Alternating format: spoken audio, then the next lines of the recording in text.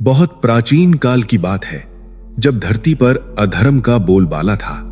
चारों ओर अन्याय, लालच, पाप और अत्याचार का साया छाया हुआ था। ऐसे समय में धर्म की रक्षा के लिए महाभारत का महान युद्ध निश्चित हो चुका था। कुरुक्षेत्र की पावन भूमि पर लाखों योद्धा एकत्र होने वाले थे। पांडव और कौरव आमने सामने होने वाले थे। लेकिन इस महायुद्ध से पहले इस धरती पर एक ऐसा वीर योद्धा अवतरित हुआ था जिसकी शक्ति से पूरा युद्ध का परिणाम पलट सकता था। उसका नाम था बर्बरीक, जो बाद में पूरे संसार में खाटू श्याम के नाम से विख्यात हुए। बर्बरीक पांडवों के वंश में जन्मे थे। वे महाबली भीम के पौत्र थे। भीम के पुत्र घटोत्कच और उनकी पत्नी अहिलावती के सबसे बड़े पुत्र थे। जन्म के समय उनके बाल बब्बर शेर जैसे उग्र और घने थे, इसलिए उनका नाम बर्बरीक पड़ा। बचपन से ही उनमें असाधारण बल, तेज और वीरता थी। वे किसी भी अन्याय को देख नहीं पाते थे। उनका हृदय करुणा, सत्य और धर्म से भरा हुआ था। उनकी माता अहिलावती ने उन्हें युद्ध कला सिखाई। बचपन से ही उन्होंने धनुर्विद्या में महारत हासिल कर ली। लेकिन बर्बरीक केवल बलशाली नहीं थे, वे भक्त भी थे। माता ने उन्हें भगवान शिव की भक्ति का मार्ग दिखाया। बर्बरीक ने मन लगाकर महादेव की घोर तपस्या की। वर्षों तक जंगलों, पहाड़ों और गुप्त स्थानों में रहकर उन्होंने शिव जी को प्रसन्न किया। एक दिन स्वयं भगवान शिव प्रकट हुए और बोले, वत्स बर्बरीक, तुम्हारी भक्ति से मैं प्रसन्न हूं। मांगो, क्या वरदान चाहिए? बर्बरीक ने हाथ जोड़कर कहा, प्रभु, मुझे ऐसा सामर्थ्य दीजिए कि मैं कभी अधर्म को सहन न कर सकूं और सदैव सत्य के पक्ष में खड़ा रहूं। महादेव ने मुस्कुराकर उन्हें 3 अमोघ बाण दिए। ये 3 बाण थे। पहला बाण सभी शत्रुओं को चिन्हित कर देता था, चाहे वे कितने भी छिपे क्यों ना हो। दूसरा बाण अपने पक्ष के योद्धाओं की रक्षा करता था। तीसरा बाण चिन्हित शत्रुओं का संहार कर वापस तरकश में लौट आता था। इन 3 बाणों से पूरा युद्ध समाप्त किया जा सकता था। साथ ही अग्निदेव ने प्रसन्न होकर उन्हें एक दिव्य धनुष दिया, जो तीनों लोकों में अजेय था। बर्बरीक 3 बाणधारी कहलाए। माता अहिलावती ने उनसे वचन लिया, यदि कभी युद्ध में उतरना पड़े तो हमेशा कमजोर और हारने वाले पक्ष का साथ दोगे। बर्बरीक ने मां का यह वचन सिर माथे स्वीकार किया। जब महाभारत युद्ध की घोषणा हुई तो बर्बरीक अपने नीले घोड़े पर सवार हो धनुष और 3 बाण लेकर कुरुक्षेत्र की ओर चल पड़े।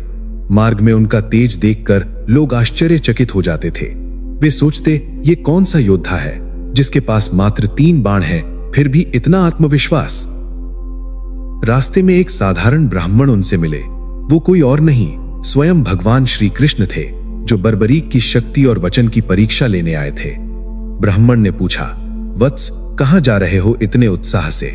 बर्बरीक बोले, महाभारत युद्ध देखने और यदि आवश्यक हुआ तो उसमें भाग लेने। किस पक्ष का साथ दोगे? जो पक्ष कमजोर होगा, हार रहा होगा, मैं उसी का साथ दूंगा। मां का वचन है। यह सुनकर श्री कृष्ण समझ गए कि यदि बर्बरीक युद्ध ने उतरे तो यह युद्ध कभी समाप्त नहीं होगा। कभी पांडव हारेंगे तो बर्बरीक कौरवों के साथ लड़ेंगे, कभी कौरव पीछे हटेंगे तो बर्बरीक पांडवों के साथ। युद्ध अनंत हो जाएगा, धर्म की स्थापना असंभव हो जाएगी। श्री कृष्ण ने आगे पूछा, कितने दिनों में युद्ध समाप्त कर सकते हो?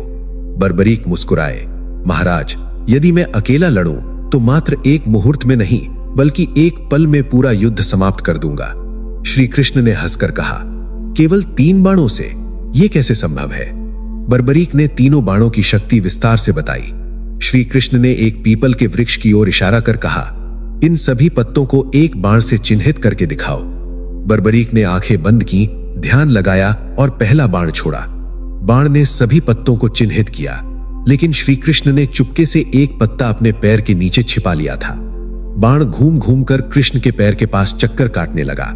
बर्बरीक बोले, महाराज, पैर हटाइए, अन्यथा बाण आपके पैर को भी चिन्हित कर देगा। श्री कृष्ण ने पैर हटाया और बाण ने छिपे पत्ते को भी चिन्हित कर दिया।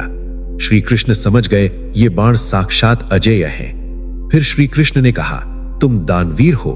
बर्बरीक बोले, जो मांगा जाएगा दे दूंगा। श्री कृष्ण ने गंभीर स्वर में कहा, तो मुझे तुम्हारा शीश दान में चाहिए। चारों ओर सन्नाटा छा गया। बर्बरीक के चेहरे पर न भय था न क्रोध। उन्होंने कहा, मैं अपना वचन निभाता हूं, लेकिन पहले अपना असली रूप दिखाइए। श्री कृष्ण ने अपना विराट रूप दिखाया। बर्बरीक ने प्रणाम किया और कहा, प्रभु मैं तैयार हूं, लेकिन एक इच्छा है, मुझे पूरा युद्ध अपनी आंखों से देखने दे। श्री कृष्ण ने वरदान दिया, तुम्हारा शीश युद्ध भूमि के ऊपर स्थापित होगा, तुम पूरे महाभारत के साक्षी बनोगे। बर्बरीक ने रात भर शिव पूजा की। अगले दिन उन्होंने स्वयं अपना शीश काटकर श्री कृष्ण के चरणों में अर्पित कर दिया। यह था सच्चे भक्त का त्याग।